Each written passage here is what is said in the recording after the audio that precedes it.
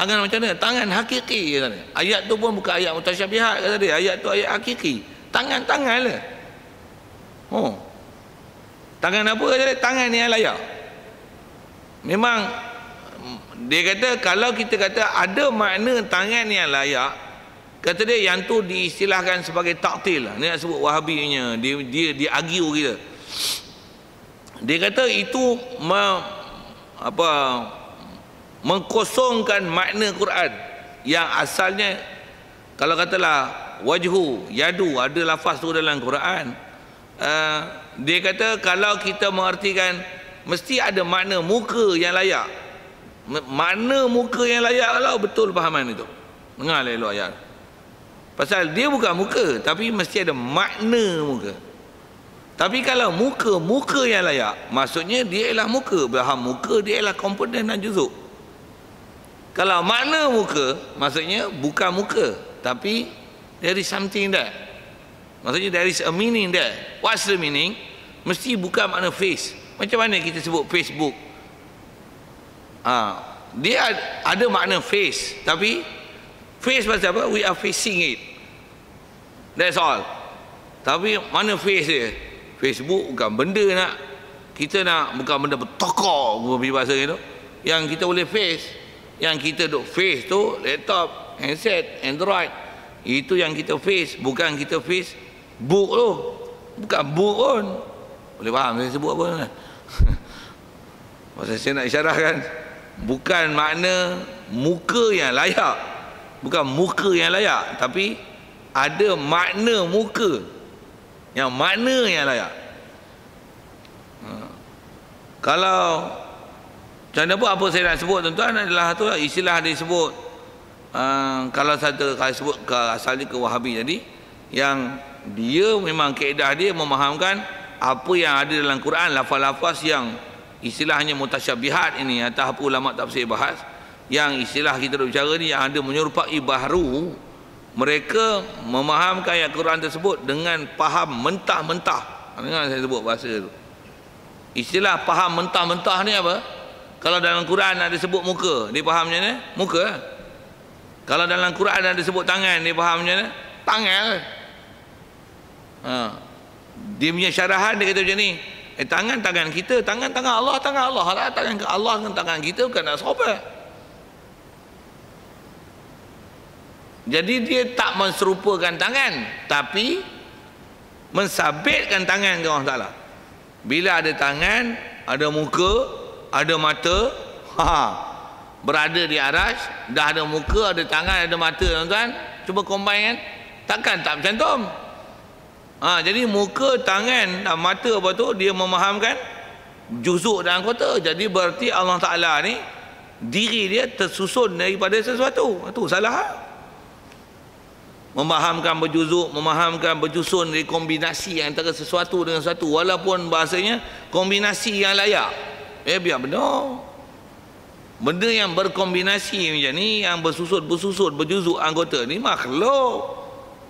Allah dia yang buat makhluk macam tu. Takkan dia macam tu. Kalau kita scientific sikit bahasa tuan-tuan. Pasal bila sebut kata berjuzuk-juzuk ni, juzuk kita kalau atas sebut kasarnya mata, tangan, kaki dan sebagainya, itu istilahnya berjuzuk-juzuk, berkomponen yang dicantumkan. Bahkan sebenarnya kalau kita sebut katalah muka pun sendiri, untuk jadi muka dia terdiri daripada macam-macam molekul dan zarah-zarah untuk dia disusun dengan struktur yang tertentu untuk membentuk kulit, kulit dalam, kulit luar, daging, urat, lain struktur, lain rupa. Maksudnya lain penstrukturan dia, cara menyusun dia, molekul yang membentuk dia, maka akan lainlah sifat dia. Semua tu apa? Makhluk. Allah yang buat tu. Kalau kita sebut misalnya, saya nak sebut atas huraian sains, dan ini kalau kita memang duduk dalam bidang sains, memang kita faham, dan kita faham ini adalah fact of creation, yang kata ini adalah bab penciptaan. Bila kata Allah buat sesuatu atas apa yang telah dikaji oleh semua saintis, baik yang Islam yang tak Islam, bahkan ulama kita dah kaji lama tuan-tuan. Istilah-istilah sains ni dah dipakai oleh ulama kita lama dah, cuma kita tak pernah ngaji sains dalam bahasa Arab. Apa dia? Adalah tentang istilah atom, zarah. Kemudian dia ada yang nanti bercantum untuk membentuk molekul-molekul, ada yang membentuk sebatian, tak sebatian dan sebagainya, dan ada penstrukturan tertentu, nanti dia akan ada sifat yang tertentu. Kita buat misal mudah, oksigen O2, tanggal tu O1. O1 tu nama dia jauhar kalau bahasa Arab. O2 gas, dan dia bermanfaat untuk kita. Bila dia gabung dengan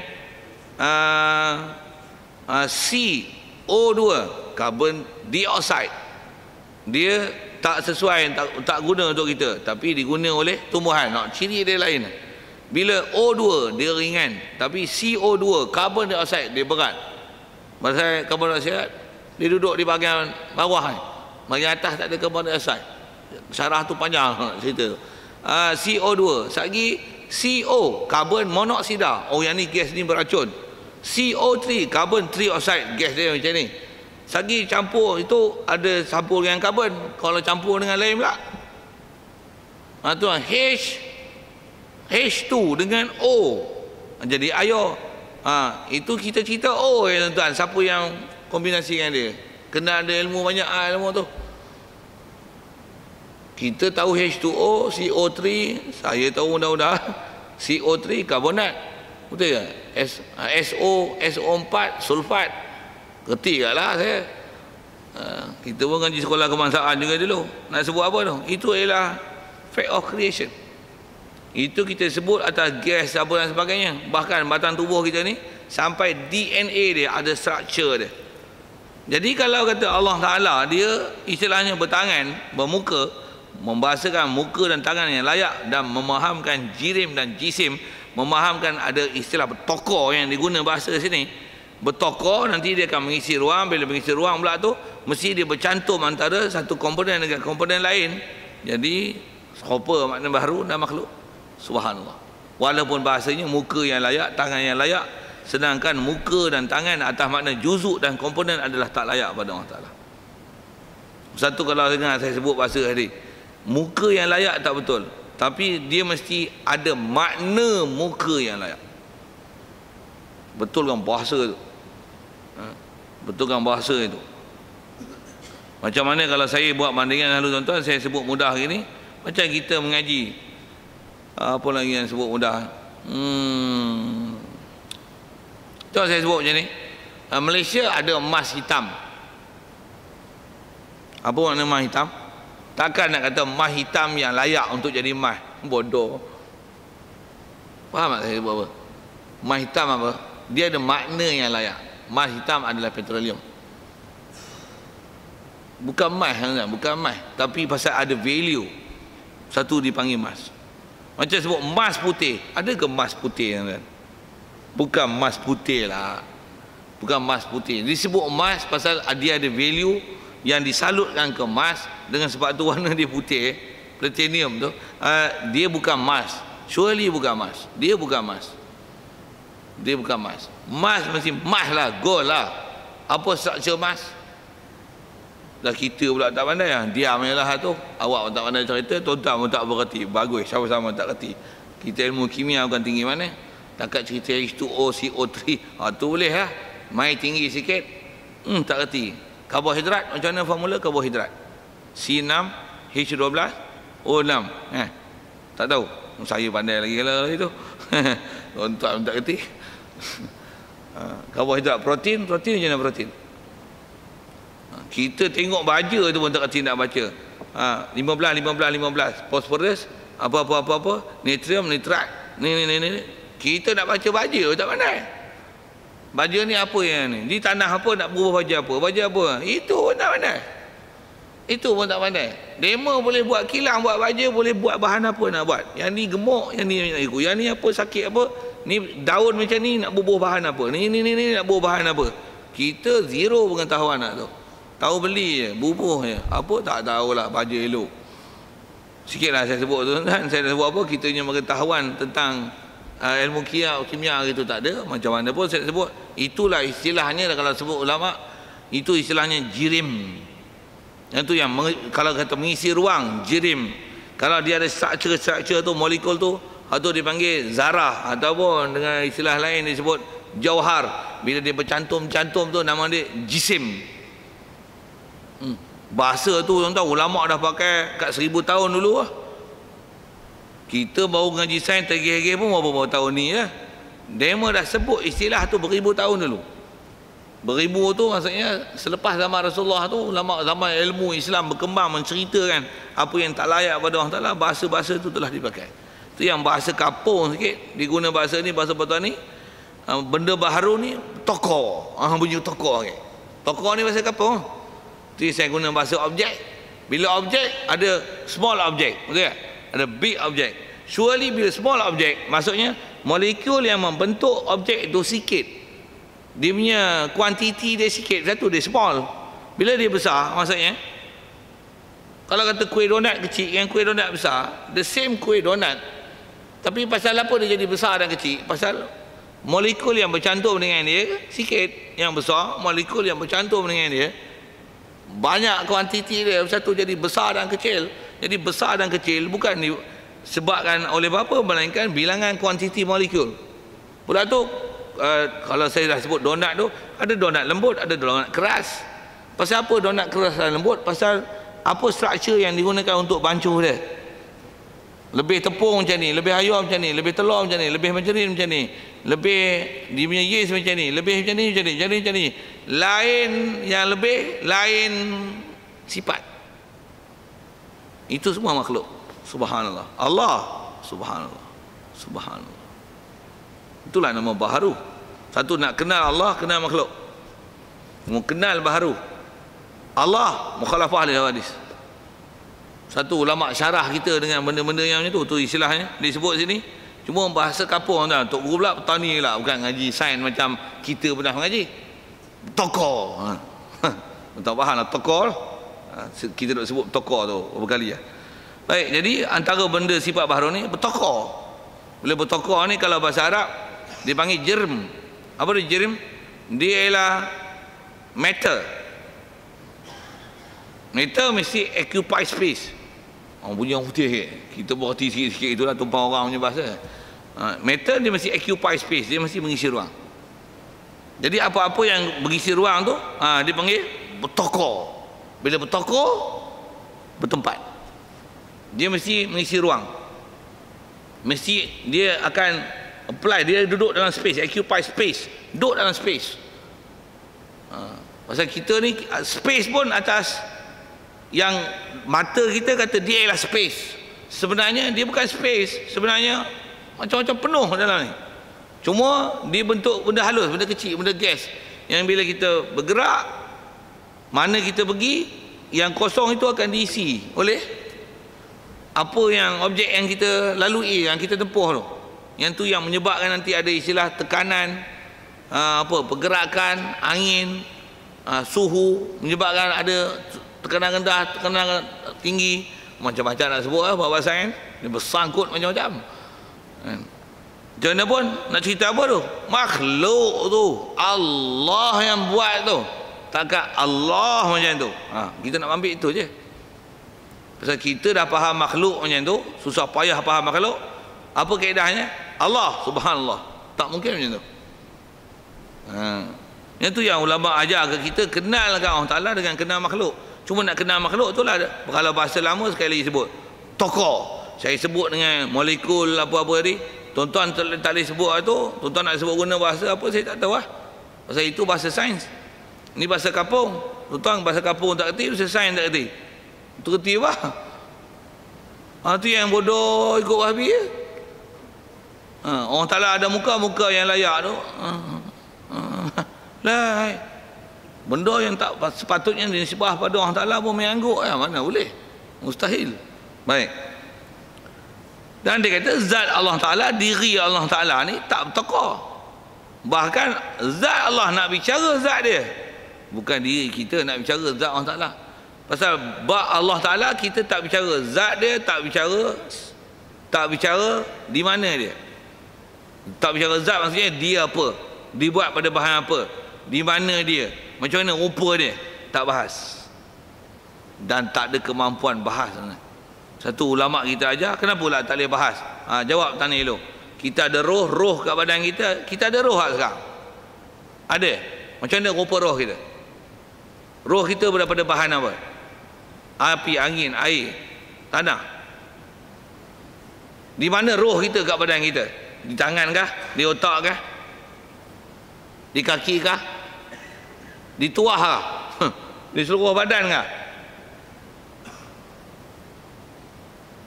Tuan-tuan ada akal. Akal kat mana? Otak ada orang ada otak tapi tak ada akal. Tuan-tuan ada hati, perasaan. Perasaan dekat hati Memang hati situ ada perasaan ke? Memang akal ni kat otak ke? Cuma kita nak fikir memang kita pegang sini. Tapi sebenarnya adakah otak atau fikir? Akal ni di mana akal? Kat sini ke? Kat sini bukan akal, ni otak. Nafsu, kat mana nafsu? Saya nak sebut apa? Benda tu ada kat kita, ada istilah, tapi cari realiti tak jumpa. Hak tu pun orang tak pandai nak cari, hak tu orang tak pandai nak sebut rupa, hak tu orang tak kerti nak sebut tempat, apatah lagi makhluk yang ada kat kita tu pun kita tak boleh sebut, apatah lagi nak sebut ke orang Ta'ala. Ulama kita ajar kita format berfikir supaya jangan memikirkan zat Allah Ta'ala dengan format tu. Tuan-tuan boleh jawab tu, kod lah layak nak boleh bicara Allah Ta'ala. Kalau benda yang ada kat kita pun kita tak kerti bicara, kat Allah Ta'ala diam, tak usah bicara zat dia. Dan jangan dibicara apa dia, macam mana rupa dia, lepas tu dia ada di mana, jangan bicara tu. Dan memang kita tak dibenarkan bicara buat itu. Dan kalau bicara sekalipun kita tak akan sampai pada hakikatnya, pasal tiada siapa yang kenal Allah melainkan, tiada siapa yang kenal zat Allah melainkan Allah. Zat tak boleh kenal. Satu kaedah nak kenal zat Allah Ta'ala macam mana? Mukhalafah lil hadis. Kenalkan makhluk Allah, bukan jirim, bukan jisim tu, bukan bertokoh, bukan bertempat, bukan objek, bukan molekul, bukan beranggota, bukan dilalui oleh masa, bukan mengisi ruang, bukan.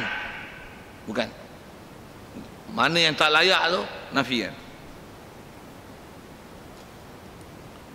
Jadi Allah Ta'ala dia tidak bertokoh yang nak bunyi begitu.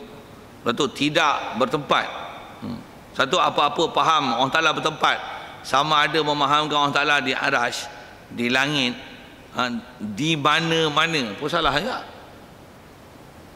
Pasal di mana-mana memahamkan tempat. Di mana kamu beradab, di situ Allah Ta'ala, salah juga. Dia ada makna, tapi that's not the meaning. Maksudnya mentah-mentah itu bukan maksud. Memahamkan makna mentah-mentah itu yang salah.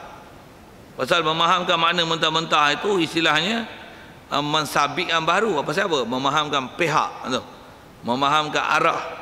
Sedangkan arah dan pihak mustahil dinisbahkan Allah Ta'ala. Pasal arah dan pihak adalah berlaku dengan sebab adanya kita. Jadi dengan sebab ada kita, bahawa ada pihak. Kalau kita tak ada, Allah di mana? Tak boleh nak bahasa, tak boleh nak cakap. Bukan lagi tu, tak boleh bahasa kan Allah Ta'ala di mana.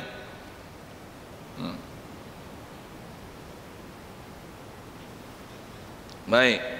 Jadi zat Allah Ta'ala, diri dia sama sekali tidak boleh disifatkan dengan istilah bertokoh, bertempat, termasuk dalam itu berjuzuk, beranggota. Apatah lagi istilahnya antaranya. Jadi kalau istilah lama disebut berjisim. Istilah berjisim yang jadi i'tiqad muncasimah tu maksudnya dia adalah kombinasi antara sesuatu dengan sesuatu. Itu istilah jisim. Istilah jisim ni kalau bahasa Arab dia ialah ma tarakkaba min syai'. Apa benda yang tersusun daripada sesuatu. Kalau saya sebut istilah Arab ni, kalau pandang pada sudut mengisi ruang, hal tu dipanggil jirim. Kalau dia ada molekul zarah yang satu, yang tunggal, yang sampai tahap tak boleh belah bahagi, yang paling halus, satu zarah tunggal, hal tu bahasa Arab dipanggil jauhar. Bila susun macam O2, O2, hal tu dipanggil jisim.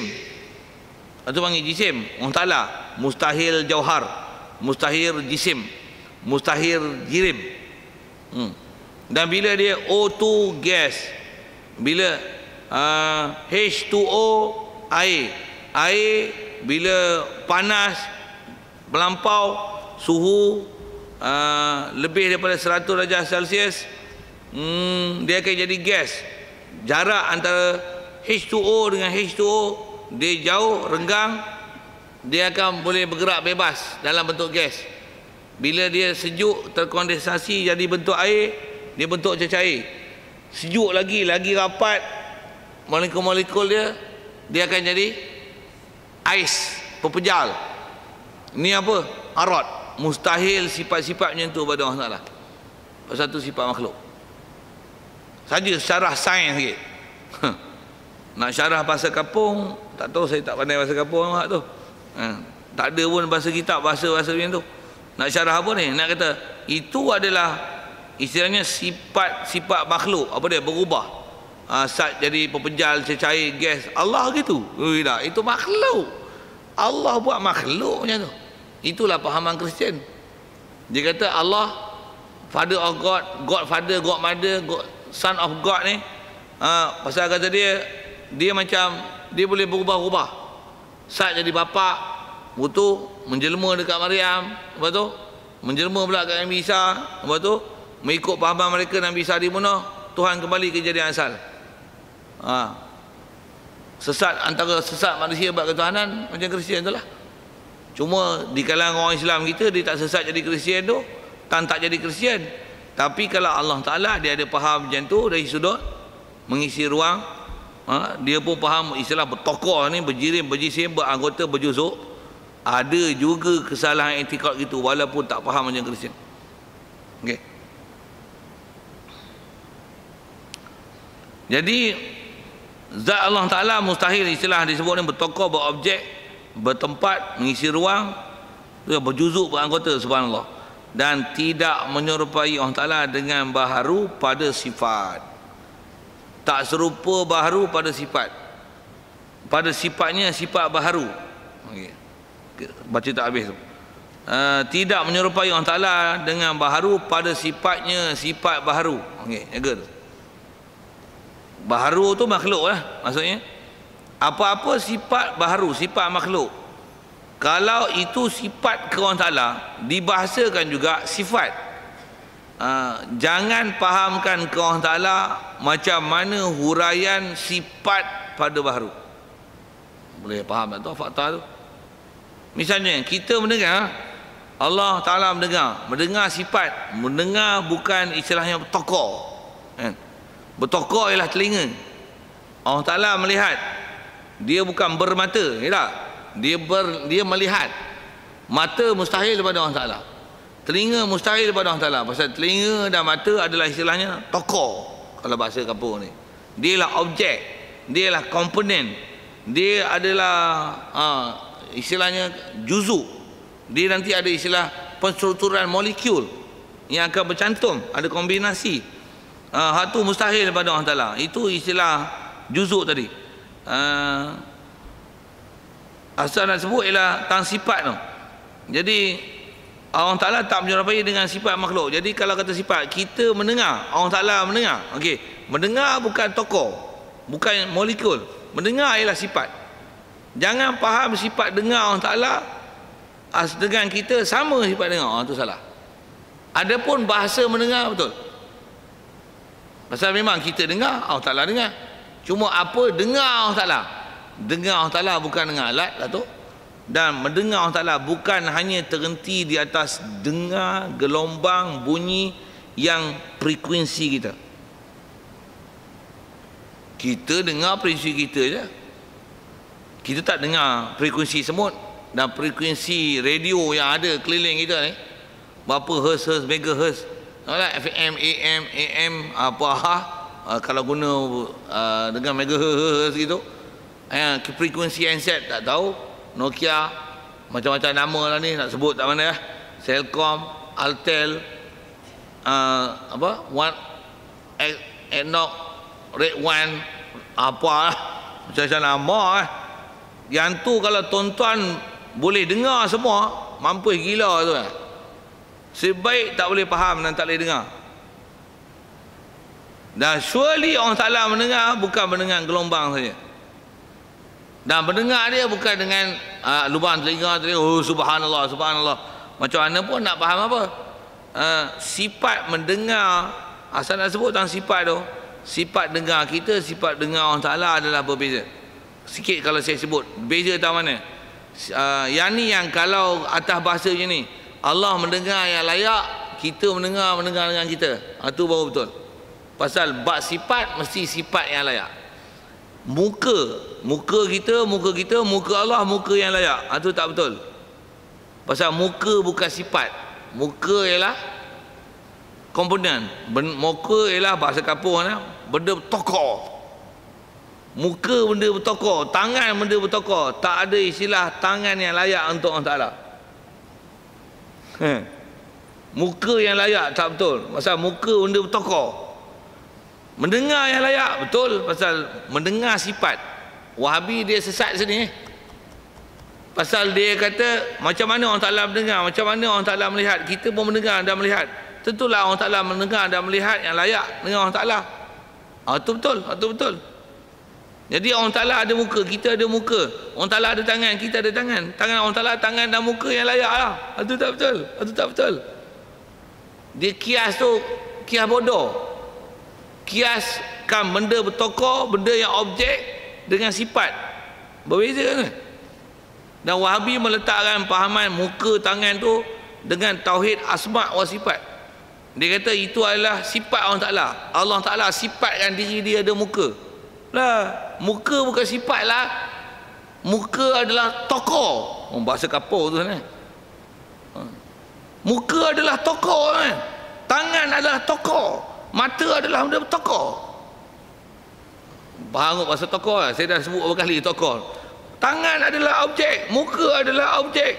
Muka adalah komponen, tangan adalah komponen, mata adalah komponen, telinga adalah komponen. Tapi dengar adalah sifat, lihat adalah sifat, kata adalah sifat, kuasa adalah sifat, ilmu adalah sifat. Sifat ilmu, kehendak adalah sifat. Lain kan? Situ terpelehot kepala otak Wahabi ni. Dia salah faham. Dia kata Allah Ta'ala mendengar dan melihat yang layak. Kita pun dengar dan lihat cara kita. Jadi Allah Ta'ala, kita ada muka dan tangan yang layak dengan kita. Jadi Allah pun ada muka dan tangan yang layak dengan Allah Ta'ala. Itu salah. Itu yang salah. Salah tahu mana? Salah memahamkan berjuzuk beranggota. Salah memahamkan bahasa dia sana tokoh. Mengisi ruang, berkomponen. Itu istilah bermolekul, berobjek. Baik. Jadi asal nak sebut, kalau bab sifat, apa-apa nama sifat baru mustahil pada Allah Ta'ala. Jadi kalau sifat baru apa? Katalah antara sifat baru ni, kita berubah, sedih, dan seronok, dia berubah-ubah. Antara sifat baru, benda besar sekali, sifat kat kita, atas nama sifat, berubah. Kita membesar, kita berubah, lapar, sejuk, apa semua tu. Lepas tu kita terkesan dengan sesuatu. Allah mustahil. Apa-apa nama sifat berubah-ubah ada dia. Satu Allah dulu, kini, selamanya. Macam mana? Tak pernah berubah. Macam mana sebelum dia buat makhluk, dia macam tu. Ni makhluk hak bulu ni, dia macam mana? Macam tu. Tak ada bahasa berubah kat Allah Ta'ala. Satu bila dia buat orang kafir jadi kafir. Dia marah tak orang kafir? Adakah dia marah kat orang kafir itu dengan sebab kafir tak mau sembah dia? Dia yang buat orang kafir. Takkan dia jadi terkesan dengan sebab kafir yang dia buat orang kafir? Dia marah kat orang kafir. Mesti marah bukan makna marah hati dan perasaan. Nak sebut tu tentang sifat tu. Jadi kalau kata orang Ta'ala marah, bukan maksudnya dia terkesan di atas apa yang berlaku kepada makhluk. Pasal dia yang buat pada makhluk. Takkan dia terkesan dengan makhluk yang dia buat. Mestilah apa makna marah? Mesti ada makna marah. Jadi jangan fahamkan sifat dengan makna sifat baru. Nak sebut dalam prinsip tu. Kalau kata orang Ta'ala dia ada sifat penyayang. Asal makna sayang ni ialah sensitiviti dalam hati kan. Dia mudah tersentuh hati. sayang, kasih, rasa, itu rindu, suka, redha. Yang ni ialah perasaan-perasaan kita. Kalau kat kita dia ialah sensitivity yang ada dalam hati dan perasaan, melibatkan hati dan perasaan. Allah mustahil makna gitu. Allah Ta'ala kasih pada orang bertaubat, bukan maksudnya dia pun syok tengok orang taubat. Dia marah pada orang